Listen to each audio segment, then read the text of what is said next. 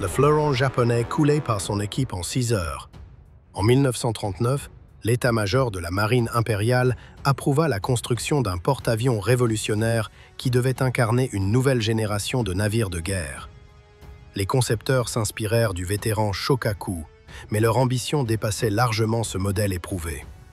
Le projet Tairo représentait une rupture technologique majeure avec tous les porte-avions japonais précédents.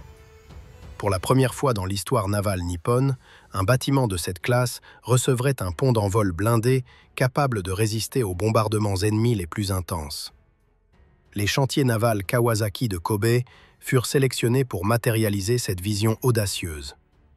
Le 10 juillet 1941, la quille du Taiho fut posée avec une cérémonie solennelle qui marquait le début d'un chantier titanesque.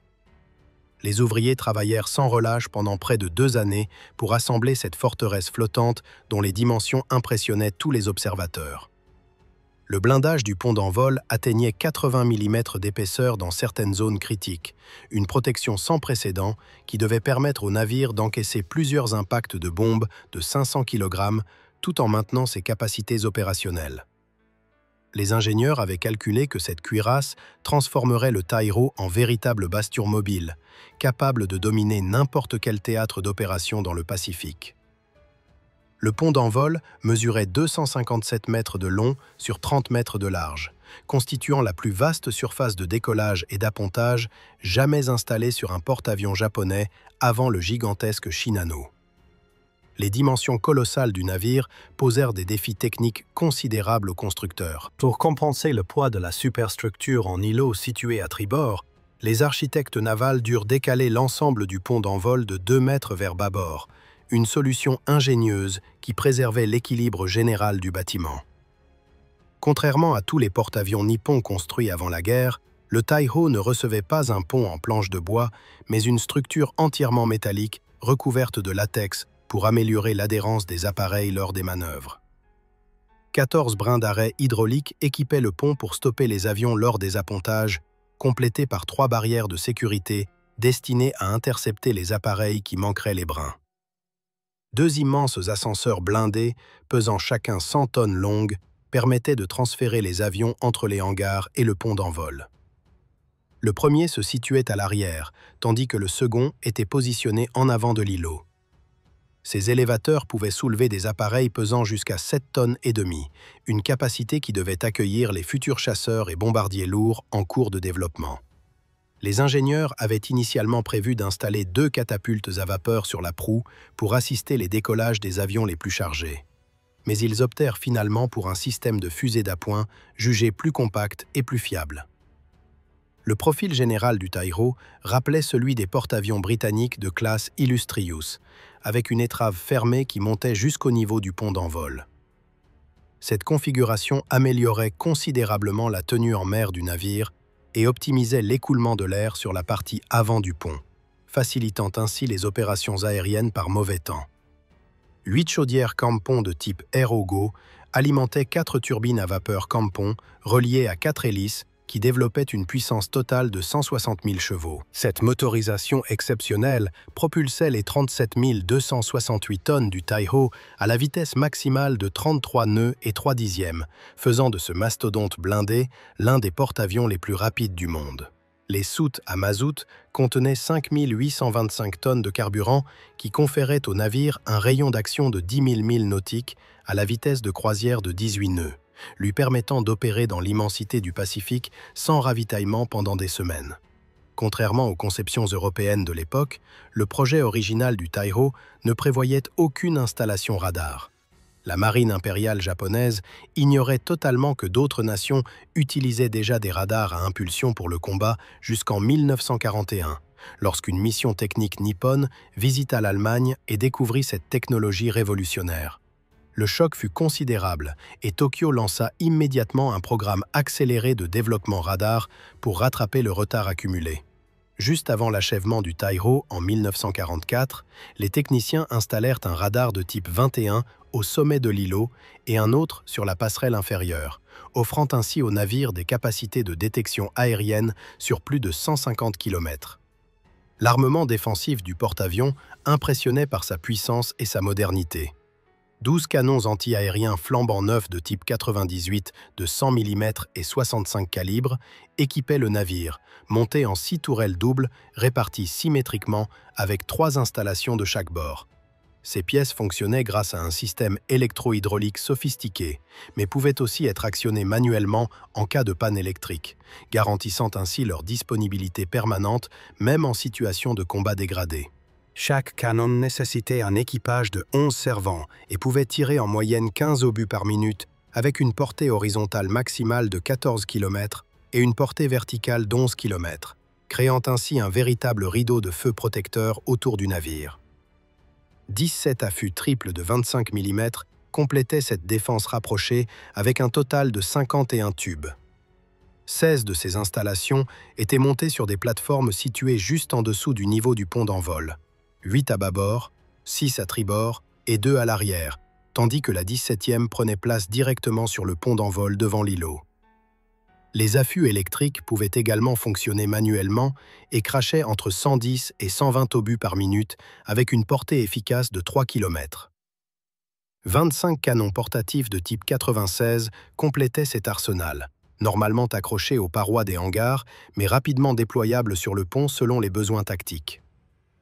Les 2 hangars superposés du Tai-Ho mesuraient chacun 150 mètres de long et 5 mètres de haut, offrant un volume considérable pour l'entretien et le stockage des appareils.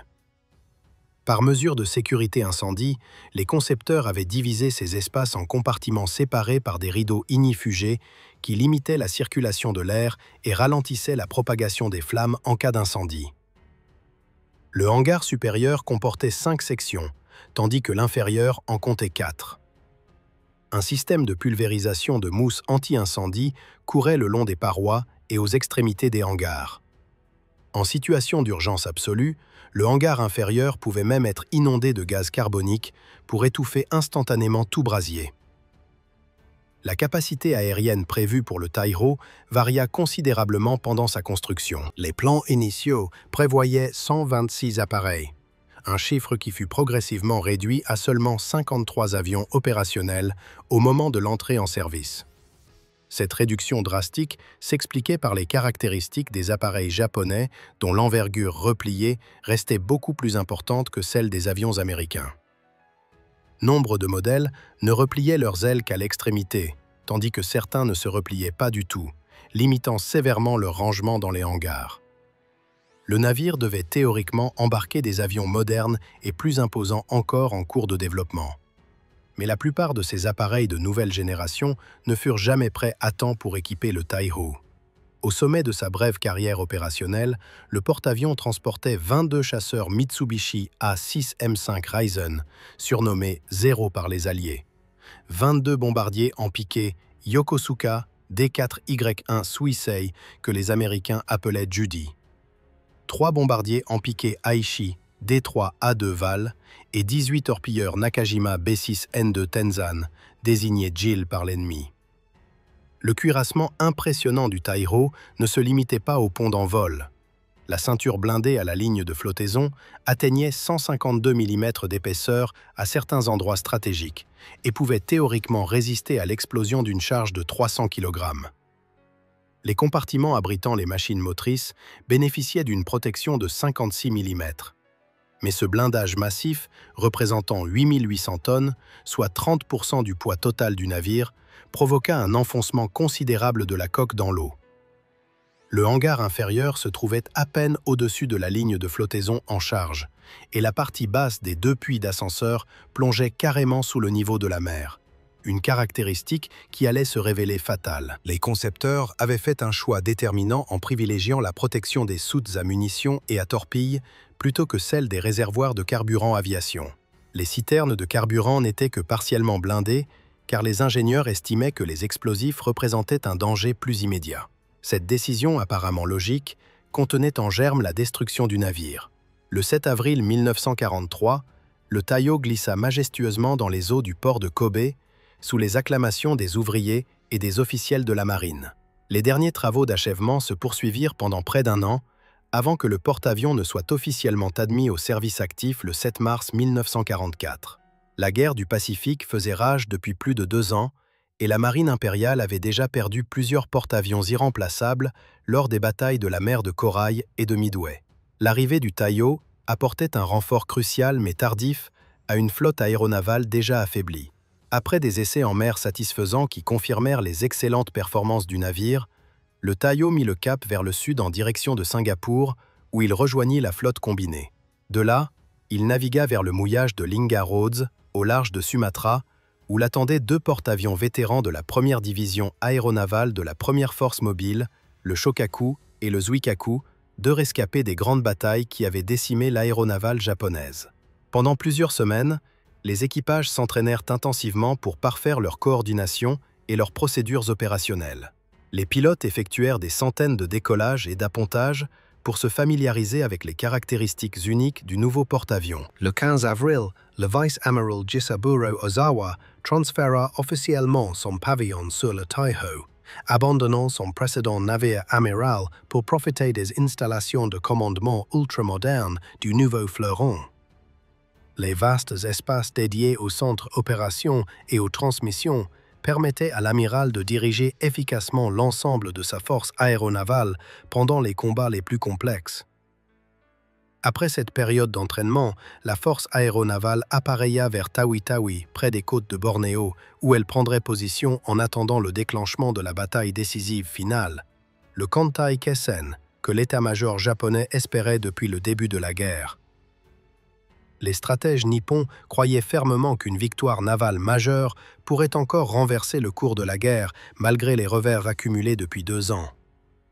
Le 11 juin 1944, les forces américaines lancèrent leur assaut contre les îles Mariannes, signalant ainsi le début de l'invasion de Saipan. Pour Tokyo, cette offensive représentait une menace stratégique majeure, car la perte des Mariannes ouvrirait aux bombardiers américains la route directe vers le Japon métropolitain.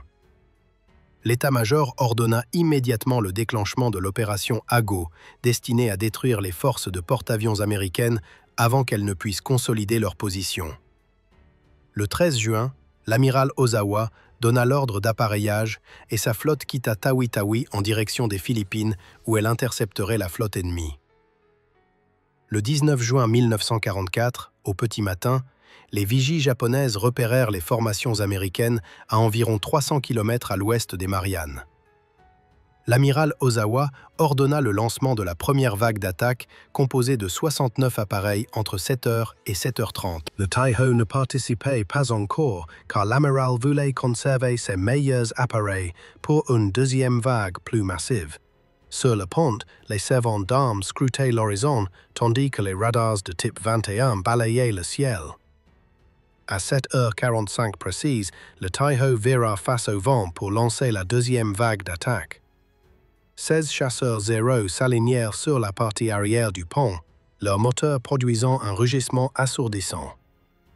Devant eux se trouvaient 17 bombardiers Suisei et 9 torpilleurs Tenzan. Le Warrant Officer Sakio Komatsu occupait son chasseur Zéro en position de leader. Le signal de décollage retentit et les 42 avions quittèrent le Taiho pour former leur section au-dessus du navire. Les chasseurs grimpèrent à 3000 mètres tandis que les bombardiers restaient plus bas. Komatsu admirait la flotte japonaise qui formait un dispositif défensif serré avec les porte-avions au centre. Sous les vagues à quelques kilomètres du Taiho, le sous-marin américain USS Albacore évoluait en immersion périscopique. Le commandant James Blanchard pistait la flotte japonaise depuis plusieurs heures. Son submersible de classe Gato déplaçait 1526 tonnes en surface et transportait 24 torpilles Mark 14 de 1538 kg. Blanchard observait le Taiho à travers son périscope. Le porte-avions avait ralenti pour lancer ses appareils et offrait son flanc tribord au sous-marin. Il ordonna à son équipage de se préparer au tir. La distance était d'environ 3000 mètres, une portée parfaite. À 8h09 exactement, Blanchard donna l'ordre de feu, et 6 torpilles jaillirent des tubes avant à intervalles de 3 secondes. Les armes filèrent vers leur cible à 85 km/h en laissant des traînées de bulles. Le commandant ordonna immédiatement la plongée profonde pour échapper aux représailles. L'Albacore s'enfonça vers les profondeurs pendant que son équipage attendait les détonations. À bord du Taiho, personne ne se doutait du danger qui approchait. Les derniers avions terminaient leur cercle au-dessus du porte-avions. Sakio Komatsu effectuait un large virage à 3000 mètres lorsque son regard balaya la surface de l'océan. Il aperçut 6 lignes blanches qui filaient vers le flanc tribord du Taiho. Son sang se glaça car il comprit qu'il s'agissait de torpilles.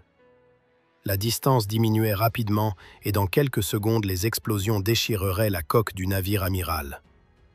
Komatsu n'avait aucun moyen de prévenir le navire à temps par radio.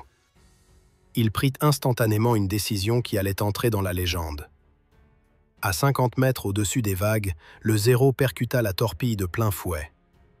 Une énorme boule de feu jaillit dans une déflagration qui projeta des tonnes d'eau à plus de 100 mètres de hauteur. L'onde de choc fit trembler les coques des navires à plusieurs kilomètres. Du Zéro et de son pilote, il ne resta rien. L'explosion se produisit à 600 mètres du Taiho, une distance suffisante pour que le porte-avions ne subisse aucun dommage direct. Les autres torpilles poursuivirent leur course, mais 4 passèrent en avant ou en arrière, car les calculs n'avaient pas anticipé les mouvements du porte-avions. Sur la passerelle du Taiho, les officiers observaient les sillages mortels qui convergeaient vers leur navire. La 6e torpille suivait une trajectoire parfaite vers le milieu du flanc tribord. Le capitaine Kikuchi hurla des ordres pour une manœuvre d'évitement, mais la masse de 37 268 tonnes ne pouvait pas virer assez vite. À 8h11 exactement, la torpille heurta la coque à 15 mètres en arrière de l'étrave et 5 mètres sous la ligne de flottaison. L'explosion déchira le blindage, créant une brèche de plusieurs mètres à travers laquelle l'océan s'engouffra avec violence. La déflagration tua instantanément une vingtaine de marins et fit trembler l'ensemble du navire. Dans les hangars, plusieurs avions se détachèrent et glissèrent dangereusement. Mais le plus grave était que la torpille avait fracturé plusieurs réservoirs de carburant aviation, créant une situation potentiellement catastrophique. Les citernes déversèrent des milliers de litres d'essence dans les compartiments inondés en se mélangeant avec l'eau de mer et le mazout. Cette mixture commença à émettre des vapeurs toxiques et inflammables. L'explosion avait coincé l'ascenseur avant entre le pont d'envol et le hangar supérieur, et la partie basse du puits se trouvait sous la ligne de flottaison. L'eau mélangée au carburant remontait vers les niveaux supérieurs. Le navire s'enfonça d'1,5 mètre par l'avant. Le capitaine Kikuchi ordonna de réduire la vitesse de 33 nœuds à 31 nœuds et demi pour limiter l'entrée d'eau. Le vice-amiral Ozawa évalua les dégâts. La brèche était au-dessus des compartiments vitaux et surtout aucun incendie ne s'était déclaré. Cette information rassura l'amiral qui décida de poursuivre les opérations aériennes. Il ordonna de continuer le lancement malgré les dommages. Cette décision allait sceller le destin du Taiho. Les équipes de contrôle des avaries se précipitèrent vers l'ascenseur bloqué. Ils comprirent qu'ils ne pourraient jamais le débloquer et adoptèrent une solution improvisée. Recouvrir le puits avec des planches de bois. Les hommes arrachèrent tables, chaises, bancs et portes dans tout le navire. En une demi-heure, ils avaient assemblé un plancher de fortune qui obturait le trou. À 9h20, le Taiho était de nouveau opérationnel. Les pilotes remontèrent dans leur cockpit et les avions décollèrent sans problème. L'amiral Ozawa et ses officiers croyaient que les dommages n'auraient pas de conséquences graves. Mais dans les entrailles du navire, une menace invisible se développait. Le carburant continuait à s'écouler vers le puits d'ascenseur. Les vapeurs extrêmement volatiles s'élevaient vers les hangars où elles saturaient l'atmosphère confinée. La concentration augmentait minute après minute et approchait du seuil où n'importe quelle étincelle déclencherait une explosion cataclysmique. Les marins sentaient l'odeur du carburant mais ne réalisaient pas la gravité, car leur formation en contrôle des avaries était notoirement insuffisante. Pendant ce temps, les vapeurs d'essence continuaient à s'accumuler inexorablement dans les 2 hangars hermétiquement fermés du porte-avions. Contrairement aux porte-avions américains, dont les hangars semi-ouverts permettaient une ventilation naturelle permanente, le Taiho avait été conçu avec des hangars complètement clos pour protéger les avions des intempéries et des embruns. Cette conception rendait impossible le renouvellement de l'air sans recourir à la ventilation mécanique. Les équipes tentèrent d'ouvrir les trappes latérales des sections de hangar numéro 1 et numéro 2 et descendirent même l'ascenseur arrière pendant un certain temps, pour créer un courant d'air. Mais ces mesures n'eurent pratiquement aucun effet appréciable. Les opérations aériennes reprirent vers midi, obligeant à remonter périodiquement l'ascenseur pour amener les avions sur le pont d'envol. Dans un geste désespéré, les marins utilisèrent des marteaux pour fracasser les vitres des hublots du navire en espérant que l'air frais extérieur chasserait les émanations mortelles. La concentration en vapeurs inflammables atteignait maintenant des niveaux critiques dans de nombreux compartiments. L'odeur âcre du carburant imprégnait chaque recoin du navire et les hommes toussaient en respirant cet air vicié qui irritait leurs poumons. Plusieurs marins commencèrent à se plaindre de maux de tête violents et de nausées, symptômes classiques d'une intoxication aux hydrocarbures. Le chef du service de contrôle des avaries réalisa finalement que la situation devenait incontrôlable et qu'il devait prendre une décision drastique. Il ordonna d'activer le système de ventilation générale du navire à pleine capacité et fit ouvrir toutes les portes et tous les panneaux étanches accessibles pour créer un maximum de circulation d'air à travers les différents ponts. Sur le papier, cette décision semblait logique, puisqu'elle devait diluer les vapeurs dangereuses en les mélangeant avec de grands volumes d'air frais pompés depuis l'extérieur. Mais l'officier commit une erreur fatale en ne tenant pas compte de la physique des gaz. Au lieu de chasser les vapeurs hors du navire, le système de ventilation à pleine puissance les dispersa simplement dans toutes les directions, saturant des zones qui n'avaient pas encore été contaminées. Les conduits de ventilation transportèrent méthodiquement le mélange explosif vers les cuisines, les dortoirs, les soutes à munitions et même le poste de commandement. Des compartiments qui étaient restés parfaitement sains se retrouvèrent soudainement remplis de vapeurs inflammables dont la concentration dépassait largement le seuil d'explosivité. Le Taiho était devenu une gigantesque bombe flottante de 37 000 tonnes qui n'attendait plus qu'une étincelle pour exploser. Cette étincelle pouvait provenir de n'importe où. Un moteur électrique, un interrupteur, une lampe défectueuse, une cigarette mal éteinte ou même une simple décharge d'électricité statique. Les heures s'écoulaient lentement, tandis que le porte-avions continuait ses opérations comme si de rien n'était.